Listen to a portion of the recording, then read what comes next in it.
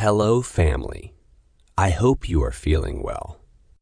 I hope your level in English improves. I also hope my channel brings you benefits and help you improving your English. I brought you another amazing and constructive story to practice and improve your English.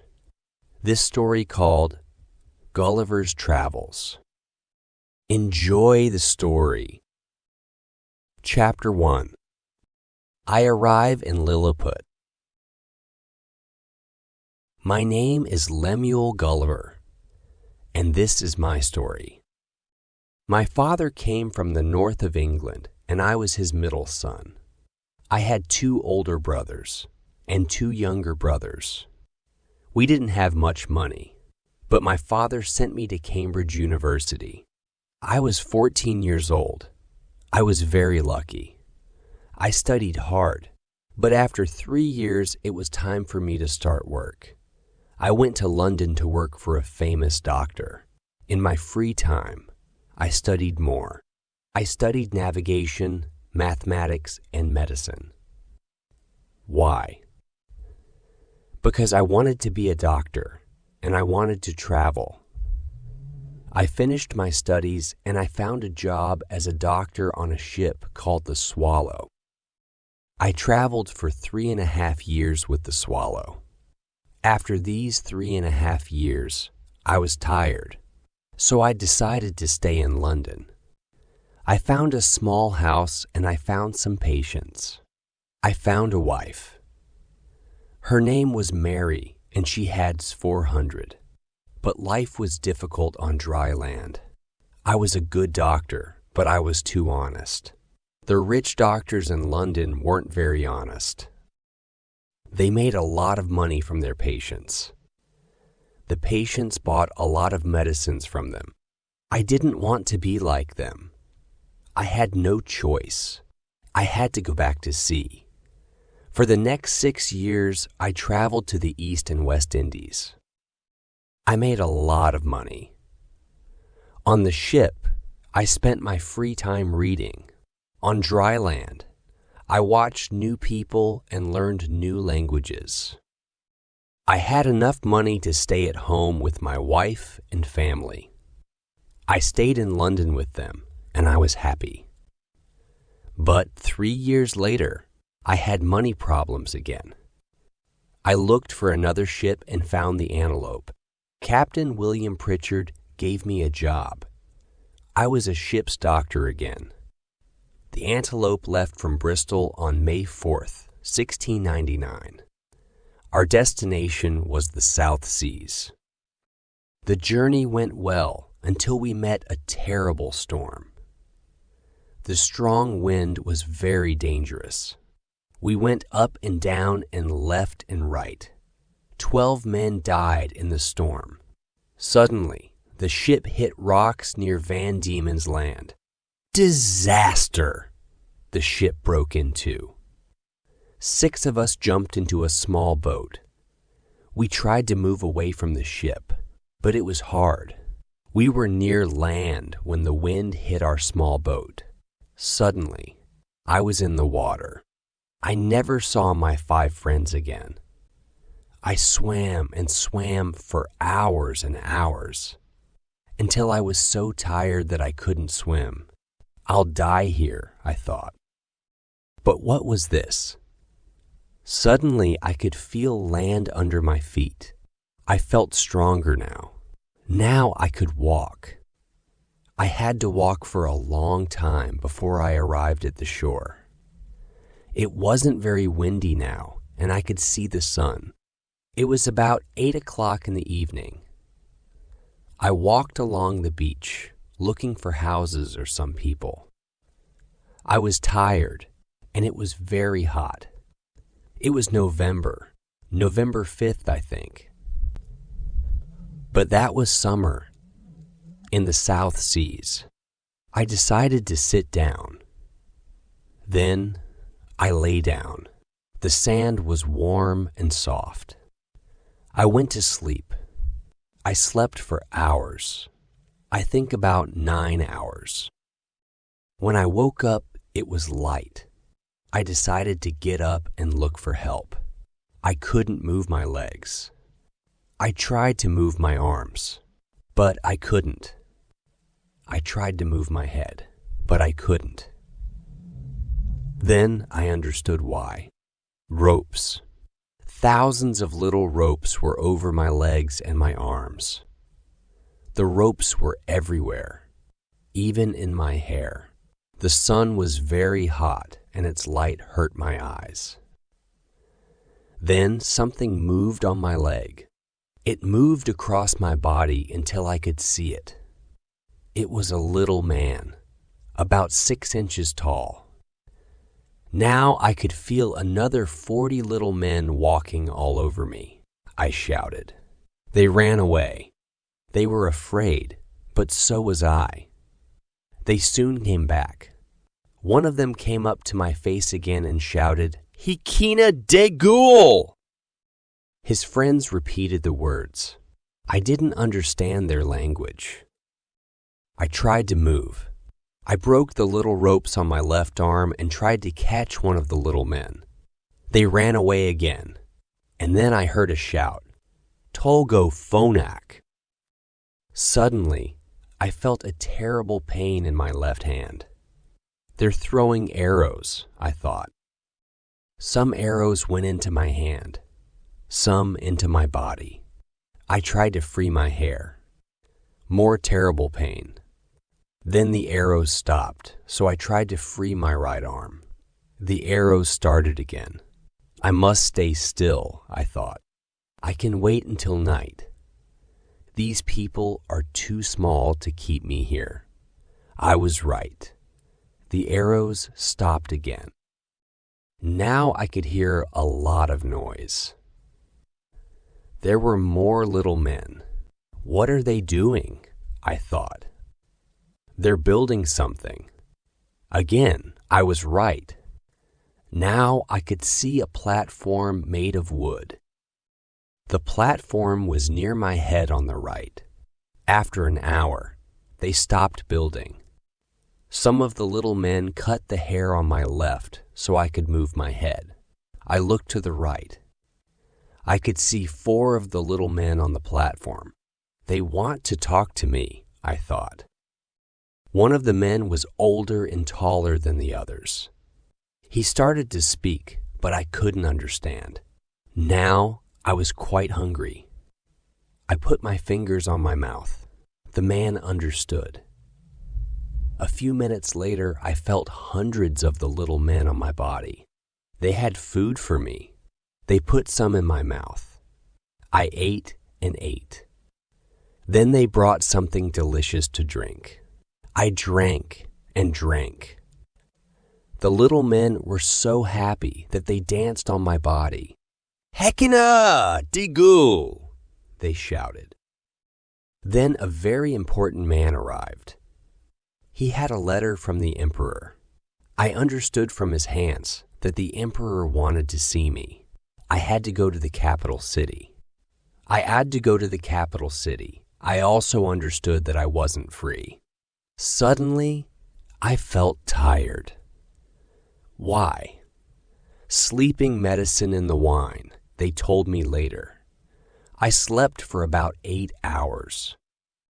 When I woke up, I was in a strange cart on the way to the capital. It took 500 engineers, 900 strong men, and 1,500 horses to take me there. They were very clever people. We arrived at the capital 2 days later. The emperor was there to meet me. "This is your new home," he said. He pointed to an old church. Some of the men put new ropes on my legs, but now I could walk a little. The next morning, the emperor came to see me again with his family. With him were carts of food and drink. The emperor was taller than all his countrymen, and his face was strong. He was about 28 years old. He spoke to me, but I couldn't understand. I tried English, Dutch, Latin, French, Spanish, and Italian. No, One could understand me, and after about 2 hours, they went away. I sat outside the church, watching some soldiers. Suddenly, I felt an arrow near my eye. A group of 6 little men fired more arrows at me. The soldiers were angry with the little men. I picked up the 6 men and put 5 of them in my pocket. I put the other man near my mouth. Now the soldiers were worried. I put the little man down and he ran away. "I don't eat little men," I said, smiling. One by one, I took the other little men out of my pocket and they all ran away. The soldiers were all very happy indeed. The little people began to trust me. After about 2 weeks, 600 beds arrived at my new house. The little men put them all together to make one big bed. After that, I was very comfortable. Everybody in Lilliput now knew about me. Rich people, lazy people, and curious people all came to see me. The emperor often came to see me too. He also talked to all the important people in the land. Some people were worried. My food was very expensive, and I was dangerous. They wanted to kill me. The emperor said no. He remembered the 6 little men who fired arrows. "Find me the best teachers," he said. "This man must learn our language." After about 3 weeks, I could speak the language quite well. The emperor sometimes came to give me conversation practice. Every time he came, I asked him for my freedom. "Be patient," he always said. I was now very comfortable with my bed, the language, and some new clothes. When the men brought me my new clothes, they made a list of all my things. Later that day, the emperor came to visit. He had thousands of soldiers with him. "I want to take your sword," he said. I took out my sword slowly. The sunlight caught the sword. The light hurt the soldiers' eyes, and they were all afraid. I put the sword on the ground and hundreds of soldiers took it away. After that, I gave my other things to the emperor: my money, my comb, and my notebook. The soldiers took them all away. I was lucky. When they made the list of my things, they didn't find my secret pocket. In that pocket were my glasses and a pocket telescope. I didn't tell the emperor about them. I wanted to keep them for myself. Chapter 2. My Life in Lilliput. People in Lilliput seemed more friendly now. Boys and girls played in my hair, and they called me Man Mountain. The horses weren't scared of me now. People enjoyed coming to see me. I was now a tourist attraction. One day, the emperor asked me to stand up with my feet apart. He then told his soldiers to march under me. Everyone enjoyed the parade. "Now I'll give you your freedom," the emperor said. "But there are some rules." So there are 9 rules. If you agree, you'll be free. The emperor gave me a piece of paper. Rules. 1. The Man Mountain must not leave Lilliput without permission. 2. He must not come into the city without permission. 3. He must stay on the roads.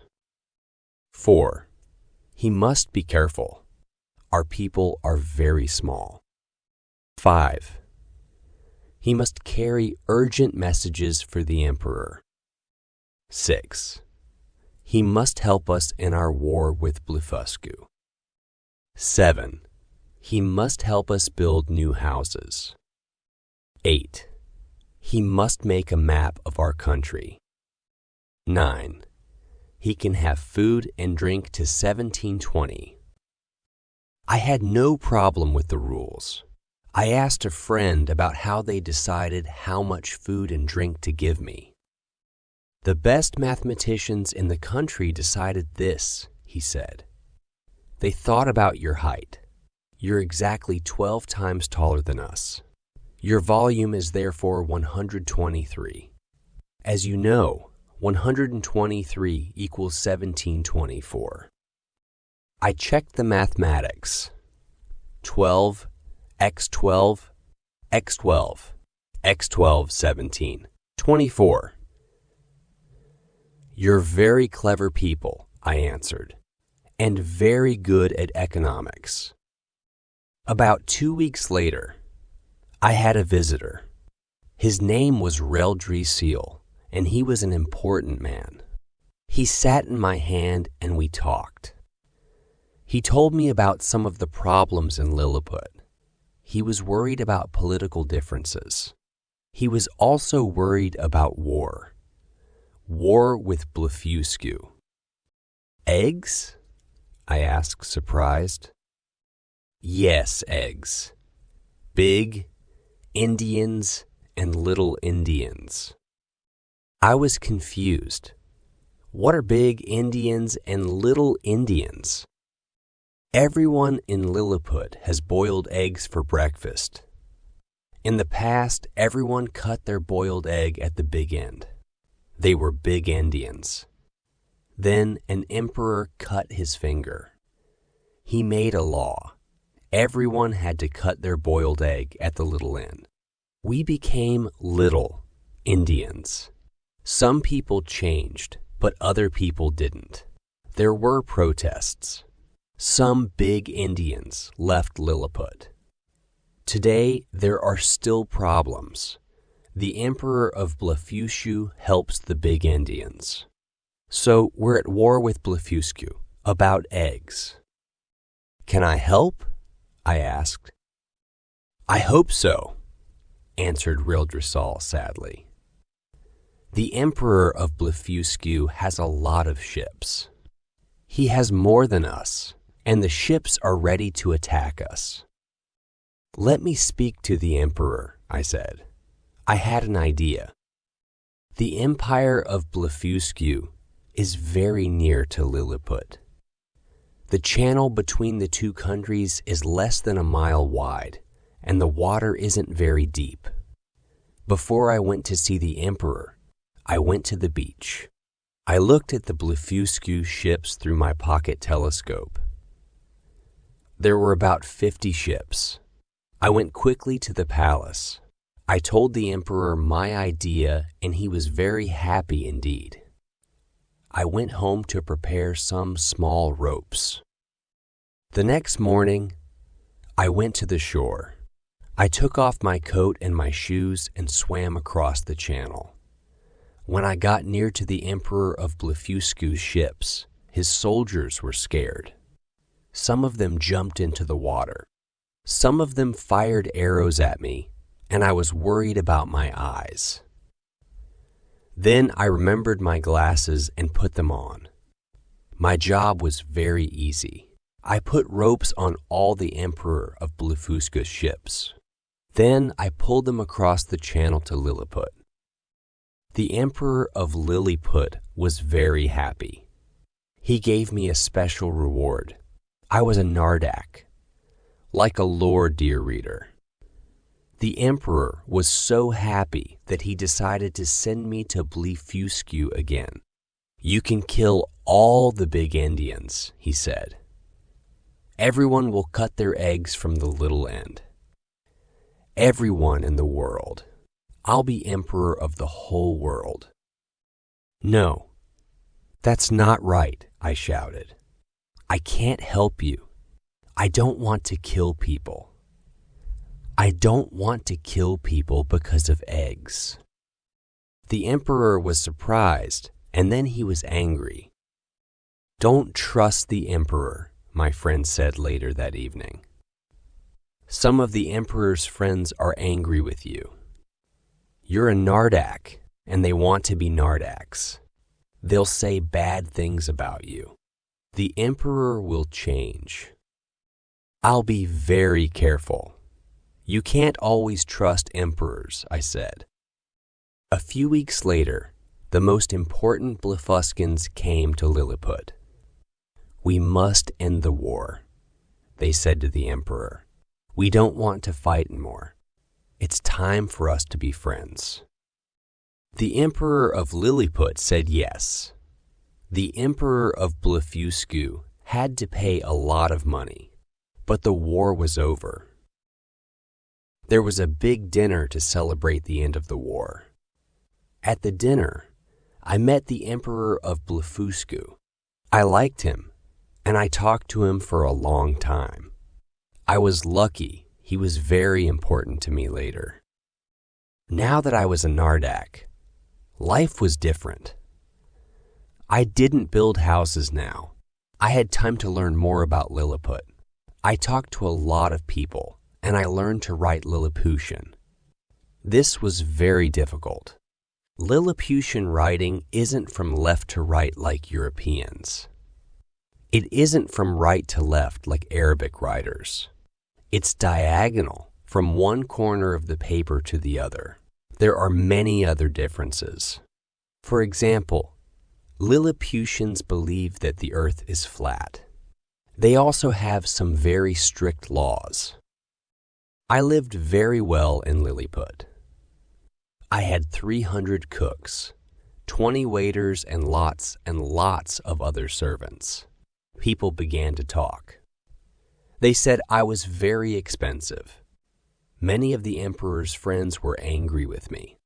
They began to talk to the emperor. My friend was right. The emperor of Lilliput began to change. He didn't want to fight for us, one said. He talked to the emperor of Blefuscu, said another. He wants to live in Blefuscu, said a third man. Oh, no. You're right, said the emperor. He'll fight against us. We must kill him. Later that night, my good friend came to see me. You must leave Lilliput, he said. I know, I answered. It's too dangerous for me here. We made a plan. That night, I said goodbye to my Lilliputian friend. I swam to Blefuscu. I took a ship and put my things in it. I pulled the ship across the channel with me. The people of Blefuscu were very pleased to see me. They sent a message to the emperor of Blefuscu. Almost immediately, the emperor and his wife arrived at the shore. The people of Blefuscu were not scared of me. The emperor was very kind to me, but there was one problem. There was no house for me in Blefuscu, so I slept outside. 3 days later, I went for a walk. I went to the north, east of the island. I saw something in the sea. Was it a boat? I took off my coat and shoes and swam to it. It was a boat, and it was my size. I swam back to the shore and went immediately to the city. I asked for a meeting with the emperor. He was happy to see me. Your Majesty, I began, I need your help. I'll help you, if I can, he answered. Thank you, Your Majesty. I need 20 ships and 3,000 men. The emperor was surprised. Why? There's a big boat in the sea in the northeast. I need your help to bring it here. I can use the boat to return to my country. The emperor was very kind. He gave me the ships and the men. We brought the boat back to Blefuscu. Before I left, the emperor got a letter from Lilliput. The emperor of Lilliput was very, very angry. Send the man mountain back to Lilliput, he wrote. The emperor of Blefuscu sent a letter back. I'm very sorry, he wrote, but I can't send him back to you. The man mountain is very kind. He is a peaceful man.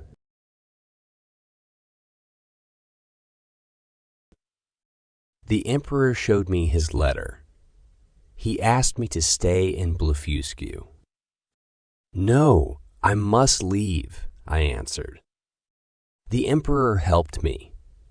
He gave me food and drink for the journey. He also gave me some money. I took some of the little animals with me to show people at home. I wanted to take some of the little men with me too, but the emperor said no. On 24th September 1701, at 6 in the morning, I left Blefuscu. My journey was very comfortable. The first day, the weather was good. I stopped near a small island and slept for a few hours. The next day was the same. On the third day, at about 3 o'clock in the afternoon, I saw a ship. To my surprise, the ship was English. I reached the ship about 2 hours later. The captain was a very kind man. "Where are you going?" I asked. "England," he answered. "We are returning from Japan." Everyone on the ship was curious about my story. They didn't believe that the people on Lilliput were so small. "You're mad," they said. "Let me show you something," I answered. I showed them my little animals. Now they believed me. The journey was very comfortable, and we soon arrived home. I made a lot of money with my little animals. I took them to markets in London, and I showed them to people. People paid a lot to see them. Then someone bought them for £100. Now I was rich. I stayed with my wife and family, and I bought a new house. But I didn't want to stay in England. I wanted to travel. I gave my wife £1,500. I said goodbye to her, my son, and my daughter. We were all very sad. I left England again. The name of my ship was the Adventure. I'll tell you all about my adventures on the adventure in the next chapter. Chapter 3. My Journey to Brobdingnag. On 20th June, 1702, I left England on the Adventure. We had a very good journey south and stopped for the winter at the Cape of Good Hope. In the spring, we sailed again. We saw Madagascar and sailed towards the Molucca Islands. The weather was very good. Too good. Captain Nicholas was a very good sailor. He understood weather. "There will be a terrible storm tomorrow, a monsoon," he said one day. He was right. It was stormy for many days. No one knew where we were. We had lots of food, but we didn't have much water. We started to look for land. On 16th June 1703, we saw land. Some of us got into a small boat and went towards the shore. When we arrived, we started to look for water. Some of us went left and others went right. I didn't see any people, and I didn't find any water. I was tired, so I started to go back to the boat. When I got back to the shore, I couldn't see the boat. Then I saw it. At sea, moving quickly. Behind it, there was a very tall man, a giant. He tried but couldn't catch the boat. I ran away. I ran for miles. I ran for miles. I arrived at a field. The field was full of wheat, but it was very tall. Suddenly, another giant man appeared, then another, then a woman. There were 7 of them. What are they doing? I thought. They're farmers. Oh no, they're cutting the wheat. I ran and ran, but the farmers came nearer. I stopped, very tired. My wife, I thought. My poor wife and my poor children.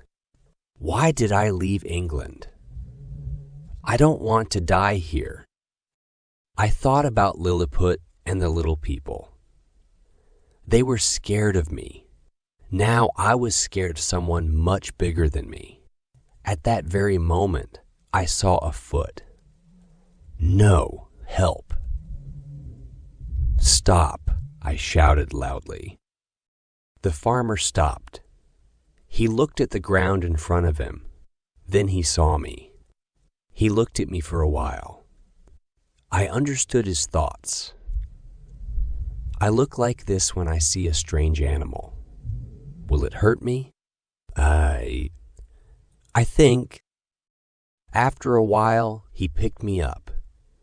Carefully, he held me between his thumb and a finger. I was scared. I was very high in the air. Don't drop me, I shouted. Ouch, you're hurting me. He seemed to understand. The farmer put me into his pocket. He walked towards his friends. Look at this, I think he said. I didn't understand the language, but I could guess.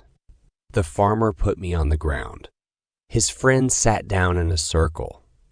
They watched me. I tried to talk to them. I tried many different languages. They couldn't really hear me, and they couldn't understand. The farmers tried to talk to me, but the noise was very loud. It hurt my ears. After a while, the farmer carried me to his house. He was very careful. He called his wife. She was scared and ran away. She came back after a minute or two and was very kind to me. It was lunchtime, and she put a very big plate onto the table. The family came to eat. They were very curious. In total, there were the farmer and his wife, their 3 children, and an old grandmother. The farmer's wife gave me some food and drink. Suddenly, a giant cat jumped up to sit on the wife's knees. I was scared for a moment, but I think the cat was more afraid of me. After lunch, the nurse came into the room with farmer's enormous baby. This was a terrible moment.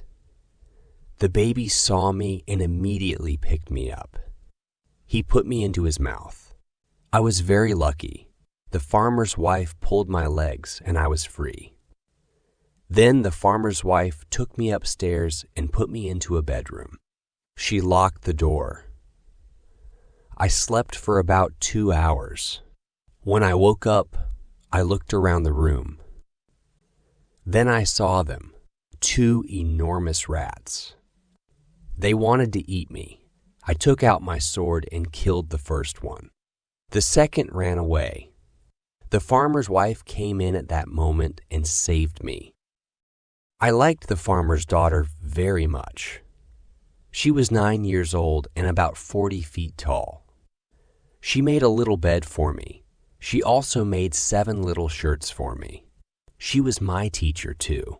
Very quickly, I began to understand their language. She called me Grildrig, little man. Everyone in the family then called me Grildrig. Soon, everyone in the country called me Grildrig. Her name was Glumdalclitch, and she was very, very kind to me. Glumdalclitch stayed with me all the time I was in Brobdingnag. Everyone in the village knew about me. I was a strange animal, just like a human, but very small. When visitors came to the house, the farmer put me on the table. I spoke to the people in their language. One visitor said to the farmer, "Put him in a box and take him to the market. People will pay to see him," he said. Glumdalclitch was afraid. "Don't hurt him," she said. The next day, the farmer put me in a box to take me to the market. Glumdalclitch came with us. The journey was uncomfortable in my little box. When we arrived at the village, the farmer found a room at a hotel. He brought people to see me. Glumdalclitch asked me questions, and I answered in their language. A schoolboy threw a peanut at me. It didn't hit me. I was very lucky. The farmer was very happy. He decided to take me to all the markets in Brobdingnag. Traveling was very difficult for me and very uncomfortable. I became ill. The farmer wasn't worried. Someone must buy him before he dies, he thought. Luckily, a message came from the queen. She wanted to see me immediately, so we went to the palace. She was very kind. "Where are you from?" she asked. "England," I answered. "And why did you come to Brobdingnag?" I told her about my travels. The queen was very interested. She decided to buy me. "How much must I give you?" she asked the farmer. 1,000 gold pieces, he answered. "Your Majesty," I said. "Yes, Grildrig. I have one question. Can Glumdalclitch come too? She's my nurse and my teacher." Glumdalclitch was happy, the queen was happy, and the farmer was happy. He was rich, and his daughter lived in the royal palace. One day, the queen took me to see her husband, the king. He was surprised. "Is that your new pet?" he asked. "He's not an animal," she answered. "Listen."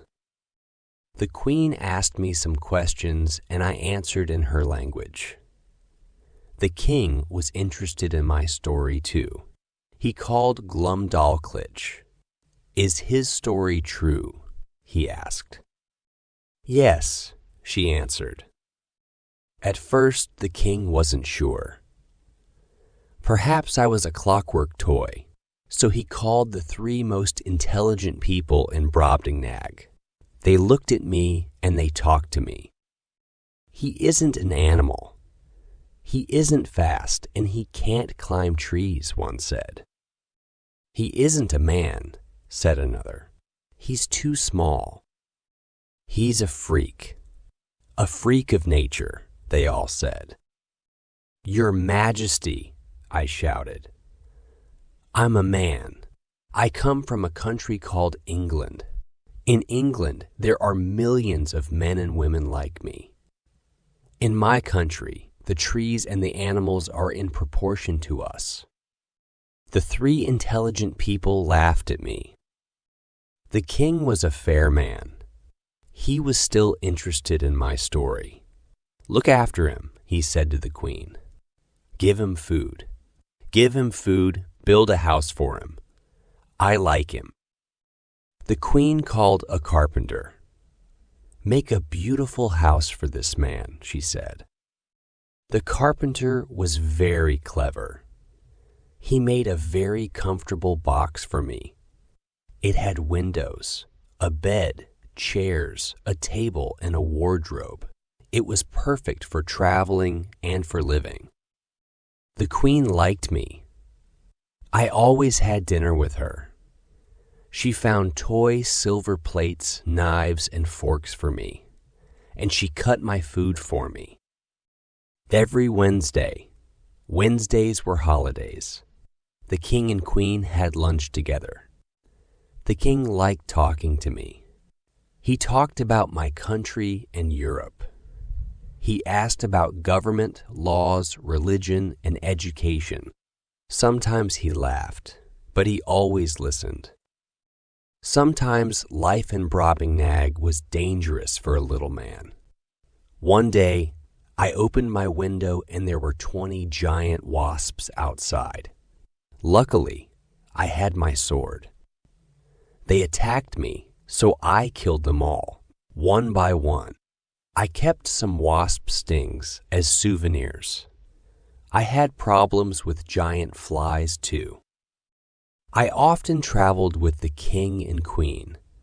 Brobdingnag was a very big country. European map. Makers are very bad. They think there is no big country between Japan and California. When I return to England, I'll correct their maps, I thought. The mountains in the north of Brobdingnag are 30 miles high.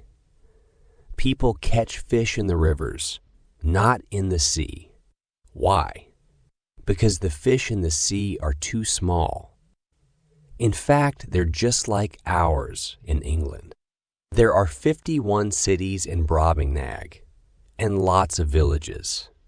The cities are very beautiful, and there are a lot of royal palaces and temples. The king began to trust me. He often asked questions about England. We have 2 islands, and we have some land in another country. America, I said. We have a king and a parliament. Parliament has 2 houses, the House of Lords and the House of Commons. We also have judges. We pay tax to the government. We have very good soldiers and very good sailors. Why do you need soldiers? He asked. Soldiers are very expensive. Farmers are better for the country. We're a very powerful country, I said. We have very good guns. We can kill a lot of people in a very short time. So we stay powerful. I can help you make guns like ours. The king was very angry. No, he shouted. I love science and I love art. My people study mathematics, philosophy, history, and poetry. I think you're horrible people. You make war on other countries for power. I don't make war on other countries. I don't need big guns to kill other people. I need farmers to grow food for them. We didn't speak about England again. Chapter 4. I travel to Laputa. After 2 years in Brobdingnag, I began to think about my freedom. It seemed impossible. Everyone was so big, and I was so small. At the beginning of the 3rd year, the king and queen decided to travel to the south coast. They wanted to visit their people there. I traveled with them in my now very comfortable box. Glumdalclitch came too. At the end of our journey to the south, Glumdalclitch and I were very tired. I had a cold and Glumdalclitch was very ill. I wanted to go outside, but Glumdalclitch wanted to sleep. She called a boy. Take Grildrig to the sea, she said. I don't feel very well, so I'll stay here. Be very careful. Look after Grildrig well. Glumdalclitch was very sad. Perhaps she could see into the future. The boy carried me in my box down to the sea. It took about half an hour. I was very tired, and I fell asleep. I don't really know what happened next. Perhaps the boy went swimming. Perhaps he put the box down just for a minute. But suddenly I woke up. What's this? Why is the box moving so fast? I thought. I was scared. I looked out of my window. I could see the sky and clouds. I was now very high in the sky. I was in the claws of a giant bird. It knows I'm in here. It'll eat me, I thought, afraid. Help! I shouted out of the window. Help! Suddenly, the box began to fall. It fell down and down. With a splash, it fell into the sea. In the water, In the box, I thought about poor Glumdalclitch. I thought about the king and queen. Please don't be angry with Glumdalclitch, I said to myself. Then I thought, will someone rescue me? Will I die in the water here? After about 4 scary hours, I heard a noise. It was a ship. Help! Help! I shouted. Who's there? A man asked in English. Lemuel Gulliver, I shouted. Help me, please. The ship's carpenter cut the box open and I walked out. The sailors were very surprised. They seemed small to me. Was I back in Lilliput? No, they were the same size as me. The destination of the ship was England. On the journey, I spent a lot of time with the captain. I told him about Brobdingnag. He didn't believe me. You're mad, he said. Luckily, I had the wasp sting and some other souvenirs of Brobdingnag. When he saw them, he believed my story. Write a book about it, he said.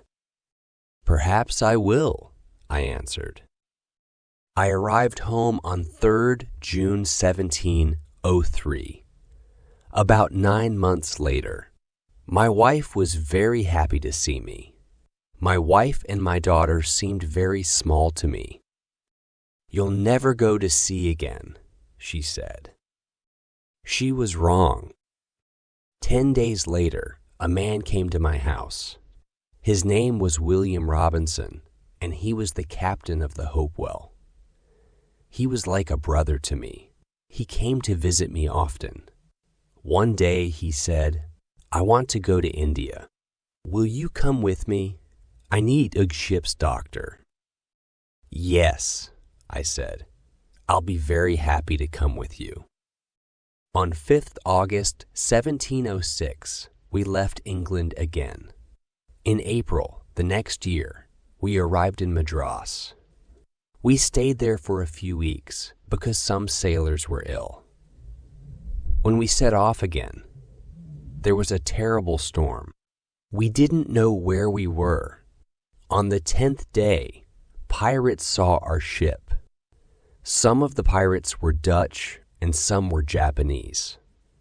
I spoke Dutch quite well, so I said, please take the ship, but don't kill us.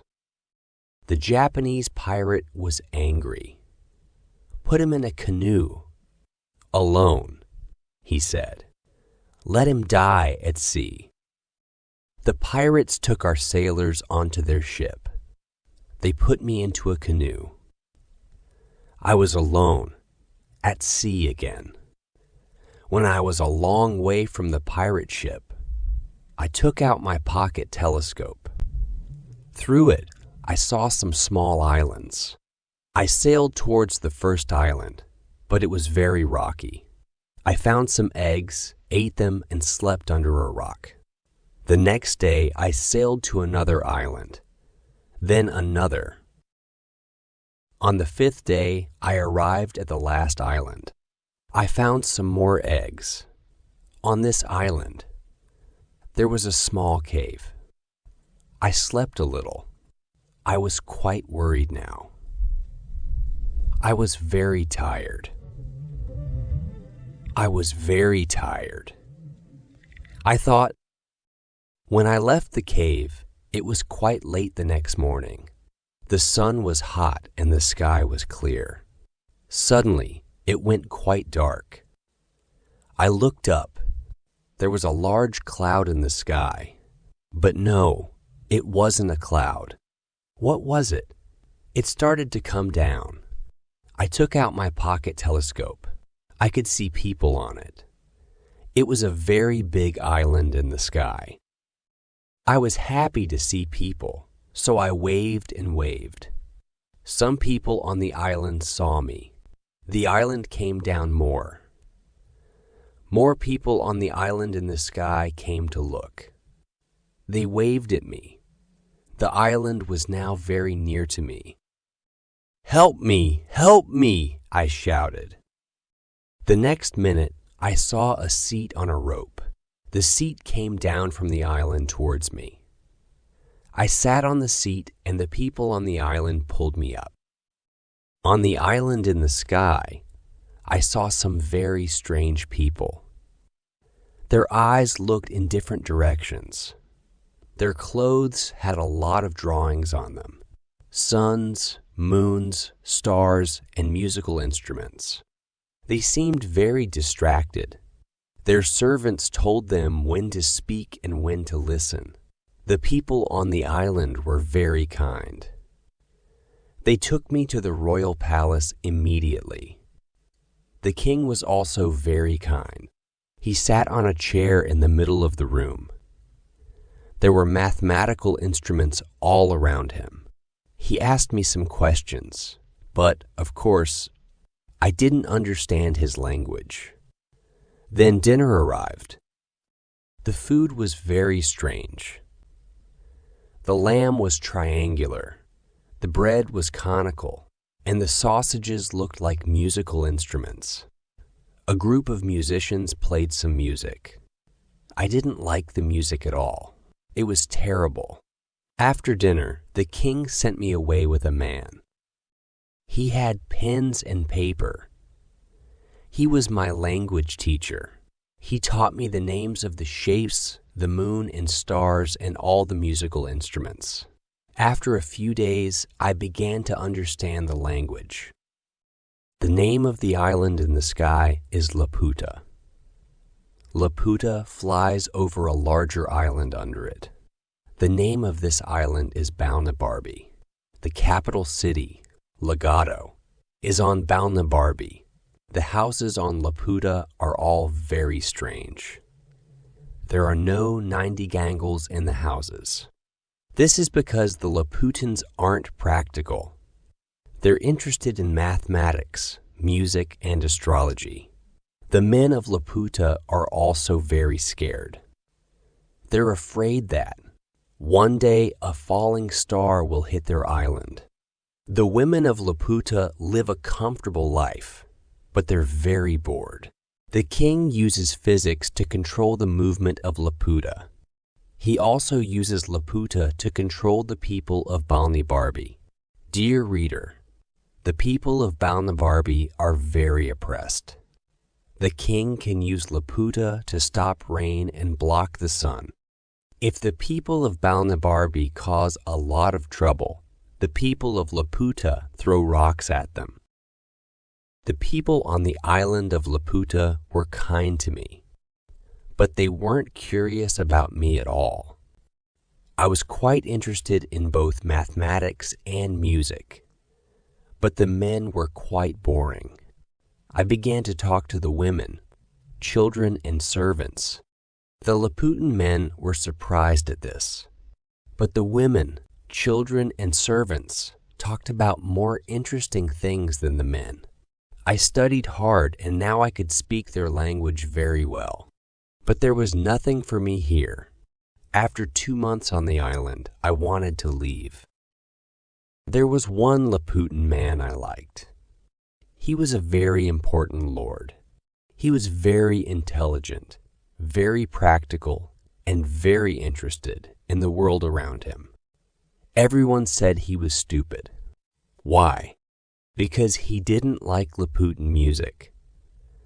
He often came to talk to me in my room. What's Europe like? What laws are there in England? What's Lilliput like? What's Lilliput like? What's Brobdingnag? He asked. One day, we talked about traveling. Could you help me? I asked him. How? He answered. Will you talk to the king for me? I want to leave. I want to travel to Balnibarbi and to other places in the world. Yes, I'll talk to the king, he said. On the 16th February, I left Laputa. The king gave me a present. Some money to help me on Balnibarbi. The island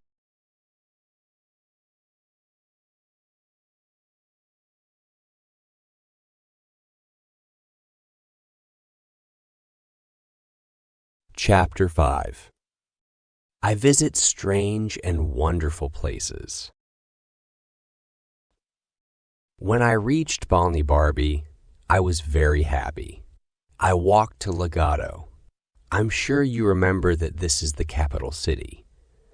I had the name of a man to visit in Legato, Lord Munadi. He was a friend of my friend on Laputa. The man was very happy to meet me. I stayed in his house. The next morning, he took me to visit the capital. It was about the same size as London. The houses were very strange and very badly built. The people in the streets walked fast. They looked a little wild. Their clothes were old. Then we walked into the countryside. Again, the people were poor. I was surprised because the land was good. Lord Minodi's house was different from the others. His garden was also more beautiful than the others. I asked Lord Minodi why. About 40 years ago, the Laputan government built an academy here in Legato. The academy studies building, agriculture, and languages. The professors have some very strange ideas. They tell the Laputan government their ideas, and the government makes stupid laws. They aren't practical. My house is different because I break the laws. Can I visit the academy? I asked. Yes, but you must go alone, he answered. I hate the academy, and I'll never, ever go there. You must take some money with you. They never have any money for their studies, so they beg from visitors. The following day, I visited the academy. The dean was very happy to meet me. The academy was very big, with about 500 rooms. In the first room, there was an old man. He told me about his studies. I'm working on a very important project. I'm trying to make sunlight from cucumbers. We take the sunlight out of the cucumbers, put it in a bottle, and then we can use it on cold days. Very interesting, I said. I gave him some money. I went into another room.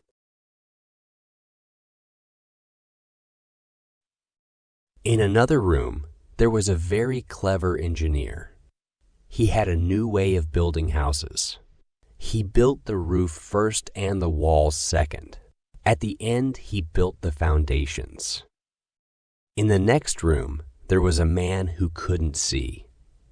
His job was to mix colors for artists. He did this by smell and by touch. I visited a lot of rooms in the academy, but I didn't see any practical ideas. The dean wanted to show me more rooms on the other side of the academy. There, I visited the School of Languages. There were 3 professors there. Their job was to improve their language. What exactly are you doing? I asked one professor. This is my language machine, he answered. It's making our words shorter. All words will soon be very, very short. Very interesting, I said. My job is more interesting, said the second professor. There's no need for words in our language. Speaking is very bad for people. Too much speaking makes people ill. In my system, we don't need words. We need things. People will soon communicate by carrying things in their pockets. For short conversations, you only need a few things. Of course, for long conversations, you need servants to carry your things. For very long conversations, you need a cart. My system has one great advantage. It's a universal language. You can communicate with people from all over the world. But my language machine is the best, said the first professor. No, yours is too complicated, said the second. I gave them some money and left quickly. Next, I spent a very short time at the School of Mathematics. There, the scientists wrote formulas on edible paper. They then ate them immediately. I now understood that all these professors were mad.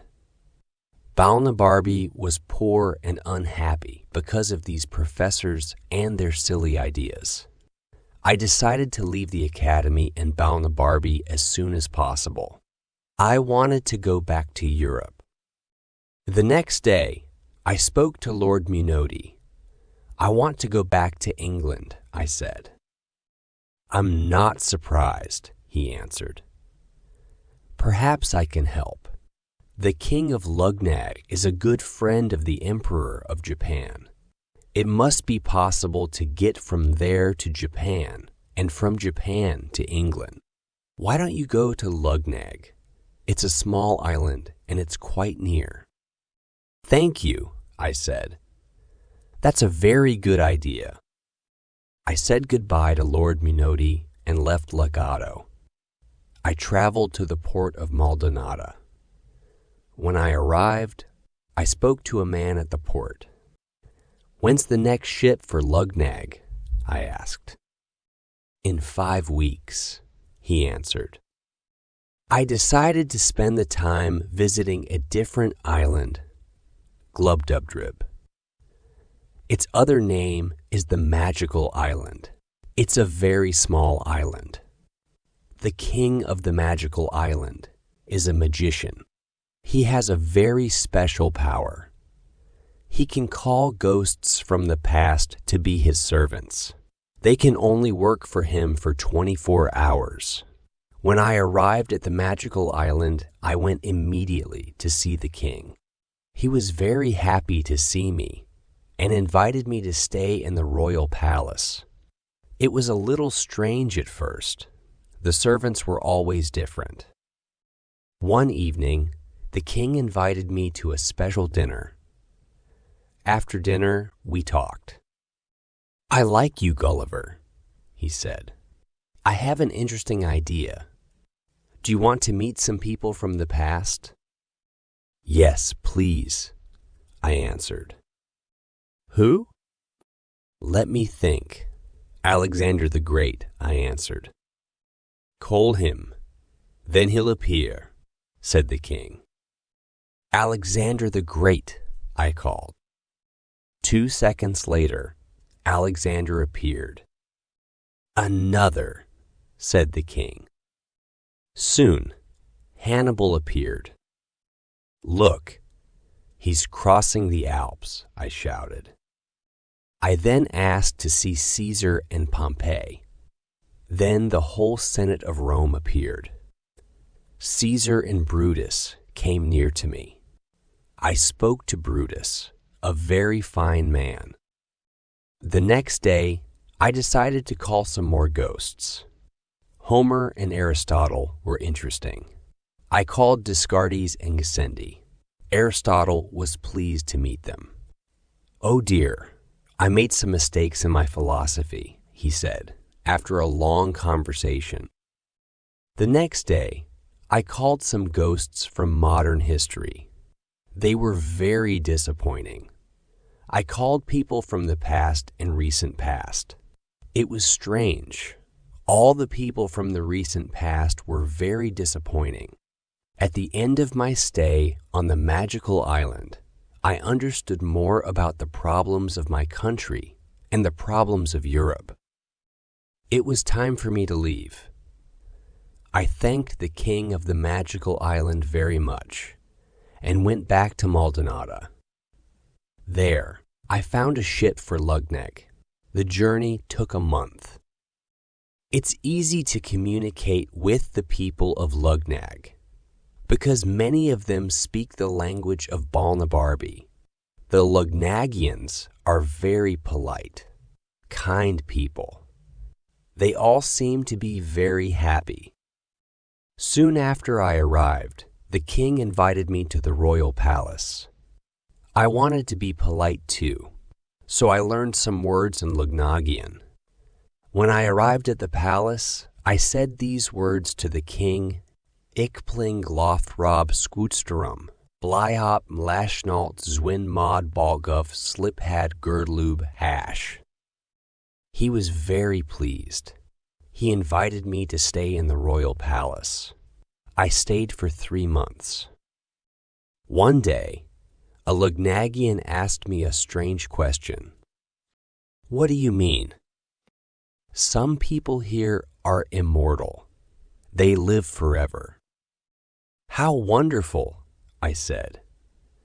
Yes, I'd like to learn from an immortal. They'll teach me a lot about life. Perhaps I can learn something special. Unfortunately, the immortals aren't nice people. They're angry, horrible, jealous, miserable, and talk a lot. Because they're different from other people, they don't have friends. They're also very ugly. They've a strange blue spot on their heads. The oldest immortal I met was 200 years old. He was very, very, very, very angry and very horrible. I began to understand that the Lugnagians don't like the immortals. They don't want to live forever. Perhaps that's why the Lugnagians are so happy. After 3 months at the royal palace, I decided to leave. It was time to go back to England and my family. The king was sorry. Stay here, he said. You can work for my government. I'm sorry, I answered. I must go home. I must see my family again. The king was very kind. He gave me some gold and a beautiful red diamond. In early May, I left Lugnag. I arrived in Japan 2 weeks later. In Japan, I began to look for a ship to take me to Europe. It was very difficult to find a ship. After a few weeks, I found a Dutch ship. I spoke to the captain. Where are you from? He asked. Holland, I answered. The Dutch and the English weren't good friends at this time. It was better to be Dutch. Luckily, I knew the Dutch language very well. Captain Theodorus van Grult was happy to take me. He needed a ship's doctor. I invented some stories about my family in Gelderland. No. One knew I was English. In June, we finally left Japan. The journey was long, but there were no adventures. We stopped at the Cape of Good Hope. This time, we only stayed for 2 days. Because the weather was good, we got fresh water and sailed away immediately. On 6th April 1710, we arrived at Amsterdam. I immediately found another boat from Amsterdam to England. 4 days later, I was home. My wife was very happy to see me. She was very well, and so were my children. I stayed at home in England for 5 very happy months. Then I started to think about traveling again. I spoke to some friends. Didn't you sail on the adventure a few years ago? One of them said. Yes. Why? Well, they need a new captain. Why don't you speak to the owner? I traveled to Portsmouth to meet the owner of the adventure. After many years as a ship's doctor, I understood navigation very well. It was time for me to become the captain of a ship. The owner was happy. He remembered me from before. The job is yours, he said. I was very pleased. Now I needed a ship's doctor. I found a young man. He was very good at his job. Then I said goodbye to my wife and children. We left Portsmouth on 7th September, 1710. Our destination, the South Seas, again. Chapter 6. In the Land of the Houyhnhnms. My journey to the South Seas as captain wasn't very good. Some of my men died on the way to the West Indies. I stopped at Barbados and the Leeward Islands. We needed some more men. I made a bad choice. Some of the new men were pirates. There were 50 men on my ship. The pirates talked to my men. "We can take the shit and kill the captain," they said. "We can make a lot of money for ourselves," my men thought. "I don't want to kill the captain," one man said. "He's not a bad man.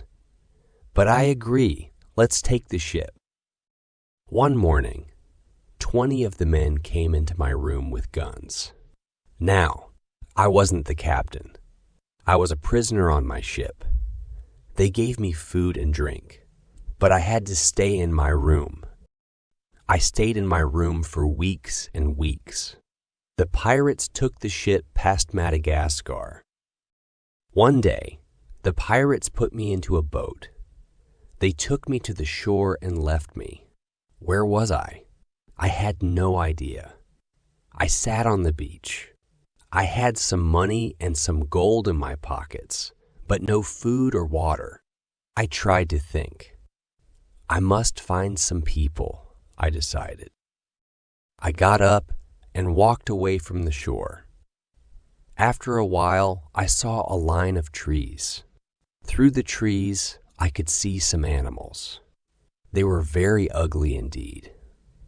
They were very hairy and some of them had long beards. They could walk on 2 legs, but they were like monkeys. Some had yellow hair, others had red hair, and others had black hair. They were almost human, but I didn't like them at all. I hated them as soon as I saw them. I didn't know why. Then, the animals saw me. One of them came up to me. I was scared, so I took out my sword. The animal shouted, and about 40 others ran to help him. They threw things at me. Suddenly, the animals all ran away. I turned around to see why. There was a gray horse walking into the field. The animals were afraid of the horse. The horse was a little surprised when he saw me. He looked at me and walked around me. We looked at each other for a while. I put my hand on his neck. The horse didn't like this. He pushed my hand away with his leg. He made a strange noise and a brown horse appeared. The 2 horses both made noises. They're speaking to each other, I thought. The 2 horses looked at me again. They looked at my coat and hat. In their language, they said a word, Yahoo. They repeated this word 3 or 4 times. I was a little scared, but communication is important. Yahoo, I said back to the horses. They were surprised. Juan, him, said the brown horse. Juan, I repeated. The horses talked together for a while. Then the brown horse left. He wants me to go with him, I thought. I walked onto the road and the horse followed me. We walked for about 3 miles. Then we arrived at a big building. Good, I thought. I'll meet the horse's owner. I was wrong. Inside, there were other horses. One was very young, and one was its mother. Yahoo, said the mother. When she saw me, I was confused. The gray horse understood. He took me outside. There, in a field, was an animal. He pointed at the animal with his hoof and said, Yahoo! The Yahoo was just like the animals on the road. This horse thinks I'm a Yahoo, I thought. I'm quite similar to one, except they are very dirty. They have no clothes. They are very hairy. I have nice clothes, and I'm clean, but I look a little like a yahoo. I have feet like a yahoo, except I'm wearing shoes. The gray horse looked at me and looked at the yahoo. He seemed pleased and said something to another horse. That horse brought me some food. It was disgusting. I couldn't eat it, so the horse threw it to the yahoo. The yahoo ate it greedily. The horses were kind. They wanted to give me food, so they brought me some of their food. It was too dry. Luckily, they brought some milk, and I was happy. That night, I slept well. I didn't sleep in the field with the yahoos, and I didn't sleep in the building with the horses. I slept between the two. The gray horse was my owner. He wanted to teach me his language. He wanted to understand more about me. Every day, the gray horse and a little brown horse gave me lessons. I wrote words down to help me remember them. The horses didn't understand. They had no books, and they couldn't write. After about 10 weeks, they were surprised, but I could understand their language. The word Juan in their language means horse, and it also means perfect. One day, my owner asked me some questions. Where do you come from? He asked. Another country across the sea. No, you're wrong, said the horse. There are no countries across the sea. He asked more questions. Do you have yahoos in your country? Yes, I answered. They're the rulers of our country. They're called people. They're different from your yahoos because they're clean. They wear clothes and they can write. And do you have Juans in your country? Yes, they're called horses. They work in the fields. People look after them. The gray horse was angry. It's different here, I said. Here the yahoos work in the fields. There, horses work in the fields. I talked to the gray horse every day. He began to understand about my country, but he didn't understand the concept of war. Why do you have wars? He asked. For a lot of different reasons, I answered. How do you fight? Yahoos aren't strong. We have guns and swords. This is terrible, he said. Europeans are more vicious than yahoos. The horse was also sad when I told him about our strict laws, because they don't need laws in the land of the hens. He didn't like our money system. There are no rich people and no poor people there. He was shocked when I talked to him about the diseases we have in Europe. I learned a lot about Juan culture. I was happy and healthy living there. They're very peaceful. Hans like to be friendly and kind. They have no negative words in their language, except for Yahoo. Education is very important to them. They teach their children to be clean and to work hard. Physical activity is very important to them. They must be strong and fast. Young hounds run up and down hills.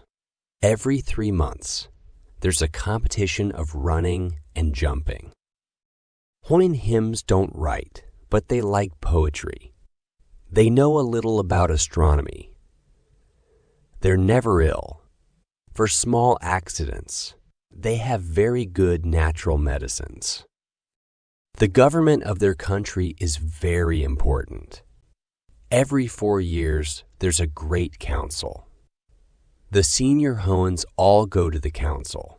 It lasts for 6 days. There, they make important decisions about food, yahoos, and family. I stayed in the land of the horn hymns for a long time. One year, there was a great council. My owner was the member of the council for our area. He told me all about it when he came back. We had one important debate about the yahoos. Some Hawaiians want to kill the yahoos. Why? I asked. Hawaiians are peaceful. You don't kill animals. No, but they're noisy, dirty, and dangerous. You're different from all the other yahoos. You're intelligent. You've your own language, and you also speak ours. You're clean. Thank you, I said. The gray horse didn't tell me everything about the council. Later, I understood more. I was happy. I loved my life with the Huans. I began to walk a little like them. I spoke only their language. I had a small house. I made a bed, table, and chairs for myself. I made clothes for myself. My food was very simple and very good. I made bread and I found honey in the forest. I had no problems. Here, there were no criminals, no politicians, no stupid people. Except yahoos. Sometimes I went to dinner with the Huans. We talked about love, nature, traditions, and poetry. Sometimes I thought about England, my family, and the people I knew in Europe. Yahoos, I thought. They're all yahoos. One morning, the gray horse came to see me. He was sad. You must leave us, he said. You must return to your country and leave the land of the Huan Hams. No, I cried. I am so happy here. You must go. I didn't tell you everything about the Great Council. Members of the council are very angry because you live with me. You live like a Han. You don't live with the yahoos. They're afraid of you. Where can I go? I said sadly. You can't swim back to your own country. Can you build a boat? Yes, I answered. I can build a boat. But I need time. I understand. I'll tell the members of the council that you need 2 months. He was sorry. I was more than sorry. I made a boat from a tree. The little brown horse helped me. We made a sail. We made paddles. We prepared food and water for my journey. Finally, the day arrived. I had to leave the high hens and my wonderful life. The family all came to the shore to say goodbye. Many other Hawaiians also came. Goodbye, I said in tears. Thank you. I'll never forget you. I kissed the gray horse's hoof. Goodbye, said the gray horse. Take care, good Yahoo, said the little brown horse. I pushed my boat into the water and left the land of the Wanhams. My desperate journey started early in the morning. The horses stayed on the shore. Sometimes I heard the little brown horse, take care, good Yahoo. Finally, I couldn't see them anymore. I wanted to find a small, deserted island. I was in the South Seas. There were many islands there. I didn't want to return to England. I stopped at one island, but the people fired arrows at me. One day, I saw a ship. I was afraid because I didn't want to meet any Europeans. I sailed to a small island. I put the boat behind a rock and waited. I was unlucky. the ship sent a small boat to the island to get water. They found me and my boat. The sailors were from Portugal. They saw I was European, and they asked me lots of questions. Where are you from? England. I'm a Yahoo from England. They didn't understand the word Yahoo. Why are you here? They said. I told them my story. The sailors were very kind. Come back to the ship, they said. Our captain will take you to Europe. No, no, I cried. He's mad, poor man, said one of the sailors. They took me to the ship. The captain of the ship was Pedro de Mendez. He was a very gentle man. He listened to my story. I was afraid of the sailors. They were dirty yahoos. He was quite clean. The journey to Lisbon was very comfortable. Pedro de Mendez was very patient with me. He helped me a lot. He took me to meet his wife and children in Lisbon. But he repeated one thing. You must go back to England. You must go back to your wife and family. In December 1715, I finally arrived back in England. My wife and family were very happy to see me after so many years. At first, it was very difficult for me. They're yahoos, I thought. Dirty, horrible yahoos. Today, my relationship with my wife and children is much better, but I still have problems with some yahoos here. I bought 2 horses as soon as I got back. I speak to them for about 4 hours every day. They understand me quite well. They live in a nice building near mine. They're clean and beautiful. They're kind to me and friendly to each other. I love Juans. Our story is over. See you in another story. Don't forget, practice make perfect. So practice English every day. Thank you for watching. Like, share, subscribe for more videos.